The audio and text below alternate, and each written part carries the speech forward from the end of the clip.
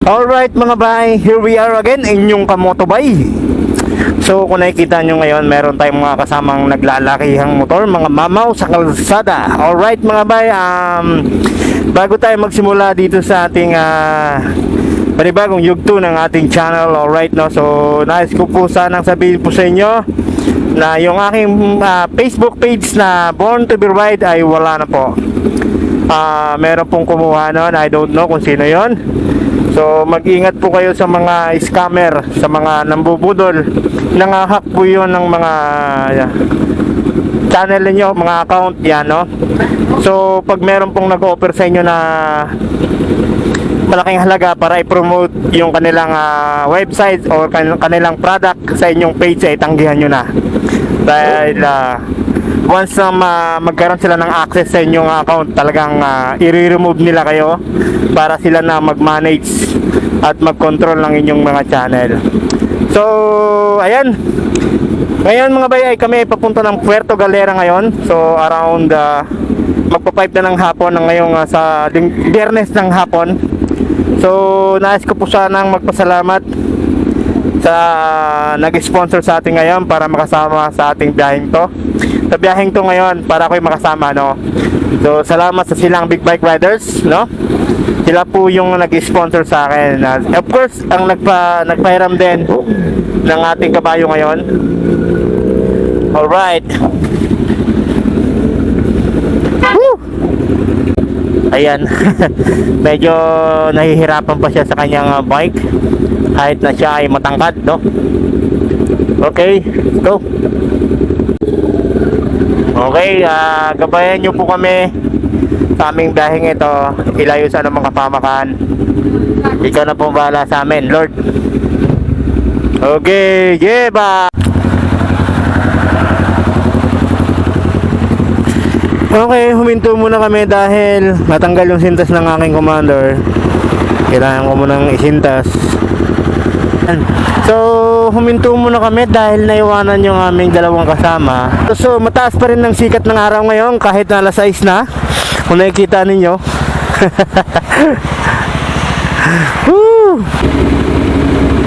So mga bay, dito na tayo ngayon sa Batangas Port. So kung tatawid ka ng ng Batangas Pier papuntang Calapan, pila ka dito sa Roro. So, kasi yung kabila non-Roro. So, dito tayo sa Roro kasi tatawid tayo gamit yung ating sasakyan, no? Alright. So ang unang babayaran dito mga bay ay 25 pesos. Pagpasok mo pa lang 25 pesos na kagad. 25 ano? 25? Ha? 65? Oo. Sorry, 65 pala. Ngayon lang kasi ako ulit makakatawid dito mga bay, after 3 years. Simula nung nag-pandemic, ngayon lang tayo ulit makakatawid ng biyahe dito.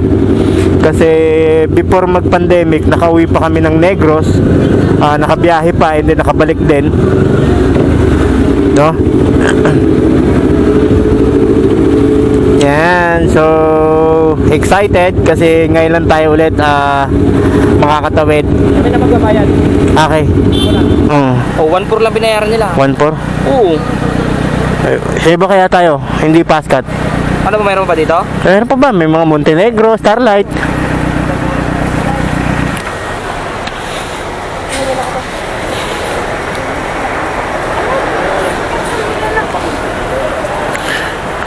Tanong muna ako. Okay, sige. Diyan muna. Okay. Ma, ayan muna.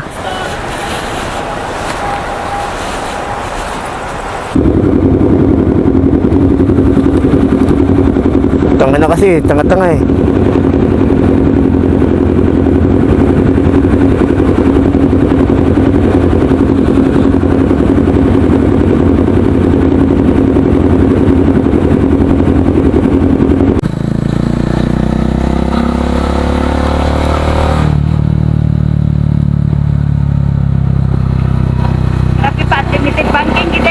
Unlimited banking.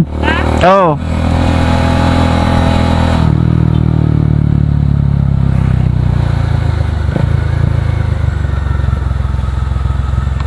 Oh yeah.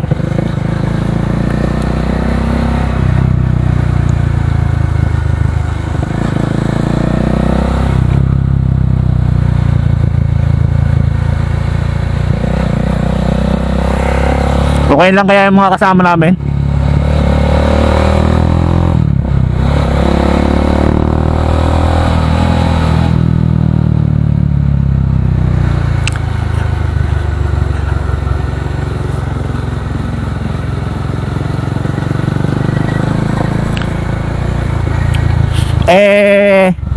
Kami okay lang, sanay na sanay kami sa bankingan, guys.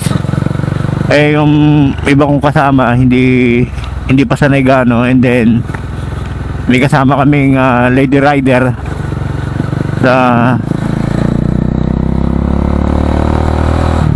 yun.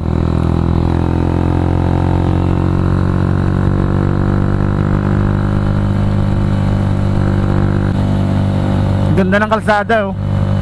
Kahit walang ilaw, meron silang yung nagre-reflect sa gabi.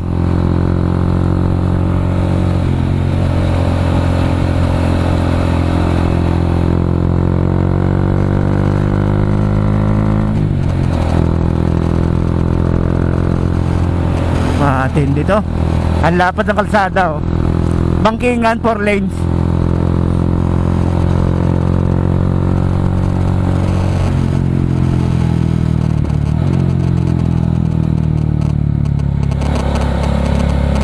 Yun, biglang tulay.